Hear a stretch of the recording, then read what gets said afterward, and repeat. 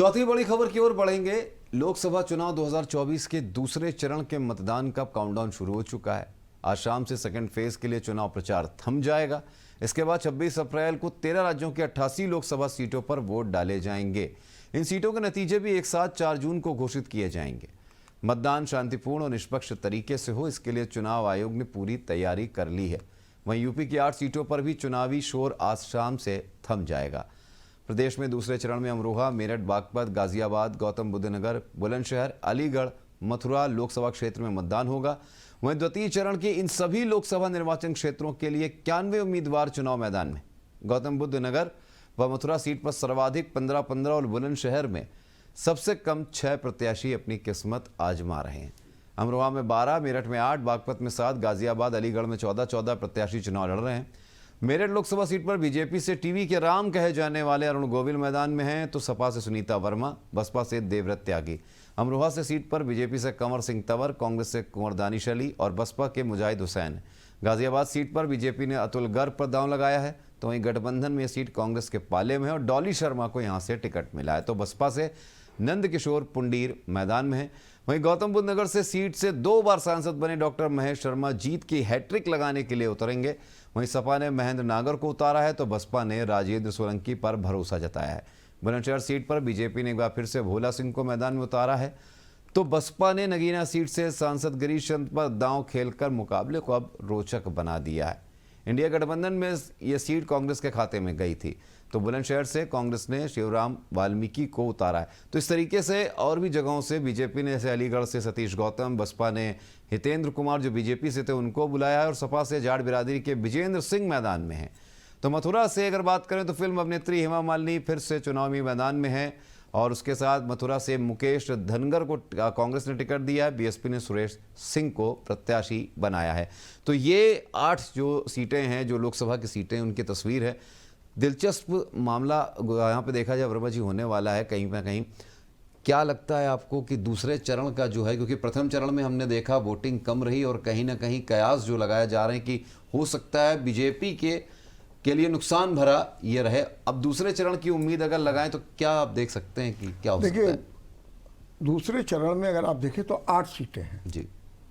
और अगर आप 2019 का चुनाव देखें तो ये जो 8 सीटें हैं, इनमें से 7 सीटें सीधे बीजेपी के खाते में गई थी। एक बसपा के, केवल एक अमरोहा जी बसपा खाते में गई थी, जो जिनके सांसद दानिश अली थे, और उनको बीएसपी ने अब की बाहर कर दिया और वो कांग्रेस से अमरोहा से चुनाव लड़ा रहे हैं। तो ये चुनाव में अब 2 सीटें बड़ी महत्वपूर्ण है इसमें। एक तो मेरठ, जहाँ से टीवी के राम अरुण गोविल है, और दूसरी मथुरा, जहाँ से हेमा मालिनी है। ये दोनों सीटें बड़ी हॉट है, सब कुछ है। तो एक बात और भी होता है, वो यहाँ पर इनका अच्छा प्रभाव भी दिख रहा है। ठीक है, मुस्लिम बाउल है, मेरठ सब कुछ है, तो इनका आसपास के क्षेत्रों में भी प्रभाव दिखता है। तो एक ये कहना कि 7 सीटें हैं, और पिछले बार का अगर हम आंकड़े देखें तो लड़ाई जो है एक रोचक भी है। लगता ये कि प्रथम चरण के मुकाबले में ये चरण बीजेपी के लिए थोड़ा सा सहज है, उतना चुनौतीपूर्ण नहीं है, क्योंकि इसमें 2-3 सीटें तो अपने जैसे अलीगढ़ की आप देख लीजिए, वहाँ पर होगा। लेकिन वहाँ पर हालांकि लड़ाई इसलिए और भी रोचक हो गई है कि मुस्लिम कैंडिडेट्स नहीं उतारे गए, ये मान करके कि वहाँ पर मुस्लिम ज़्यादा है और मुस्लिम निर्णायक है, लेकिन ऐसा नहीं किया। हाँ, जैसे गौतम बुद्ध नगर के लिए माना जा रहा है कि महेश शर्मा वहाँ से लड़ रहे हैं तीसरी बार हैट्रिक के लिए, वहाँ पर देखना है। गाजियाबाद में प्रयोग नया कर ही लिया गया है, बीके सिंह की जगह पर अतुल गर्ग को ले आया गया, हालांकि ठाकुर नाराज है। बिल्कुल, अब देखना ये तो हो सकता है 2-3, लेकिन जो जैसा प्रथम चरण में लग रहा था कि ज़्यादा चुनौती है बीजेपी को, उसके मुकाबले इसमें थोड़ा सा चुनौती कम दिख रही है, और कोई ताजुब नहीं है कि अच्छी बढ़त बीजेपी ले 2019 की तरीके से। नहीं, लेकिन जिस तरीके से समीकरण बन रहे हैं, मेरठ में राम उतरे हैं, लेकिन आपको याद होगा डॉक्टर साहब कि इससे पहले भी एक बार चुनावी मैदान में कांग्रेस की तरफ से ये राम मैदान में आए थे, लेकिन किसी और के पक्ष में राम और सीता के गेटअप में गए थे, लेकिन वहाँ वो चुनाव जिता नहीं पाए थे।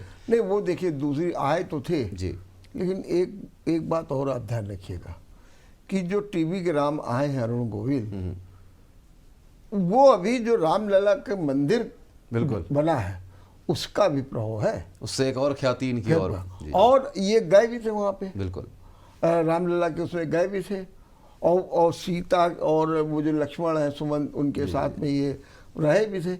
एक उसका प्रभाव है, और एक और हमारे यहाँ की जो जनमानस है वो बड़ा आस्थावान और श्रद्धालु। बिल्कुल।